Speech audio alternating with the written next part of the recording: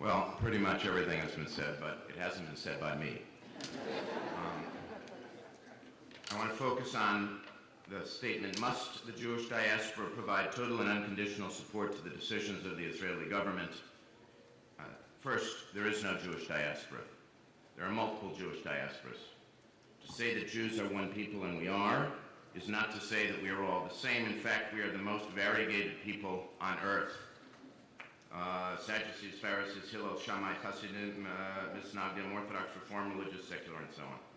Second, supporting governments of any type unconditionally is a mistake. It's not acceptable. It's not desirable. It's true as a political matter and as a religious matter. The great heroes, governments, even Jewish governments, are imperfect human creations. They're prone to error and misjudgments. The great heroes of my life are Israeli political leaders.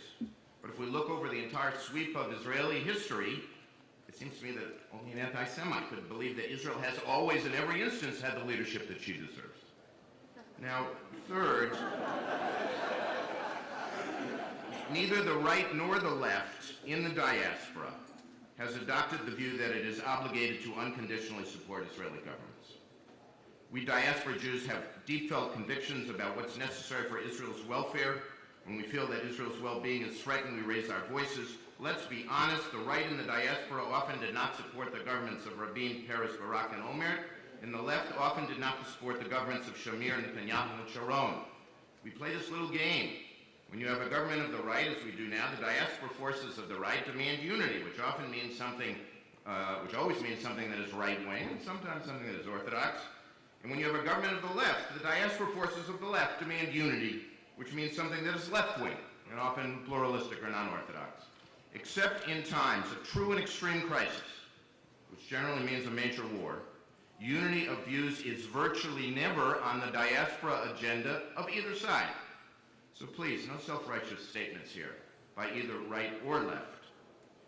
The story of the diaspora, is the story of passionate particularism and of support expressed in diverse ways.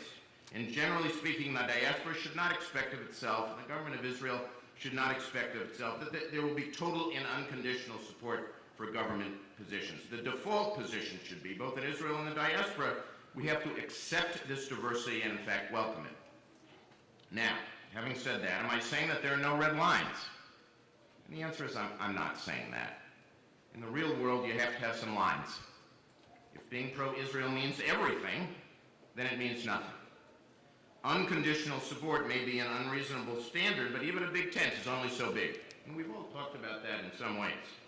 The diaspora community is entitled to say there are some views which, if are articulated, put you outside the pro-Israel community, and the government of Israel is entitled to have its own standards, despite the default position that I stated before. Now, this is a topic that requires more time than we have.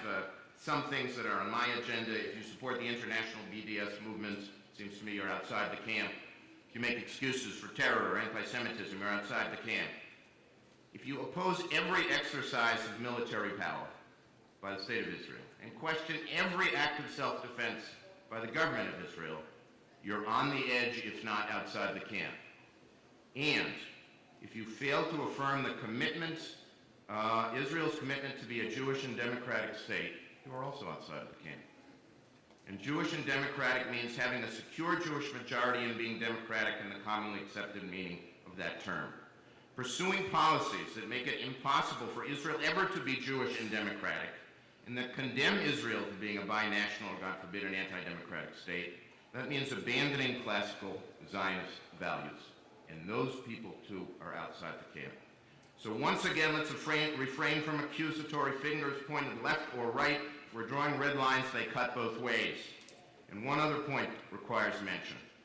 When actions are taken by the state of Israel that undermine the legitimacy of reform in conservative Judaism, whether here or abroad, thoughtful and emphatic criticism is not only appropriate, it's absolutely necessary.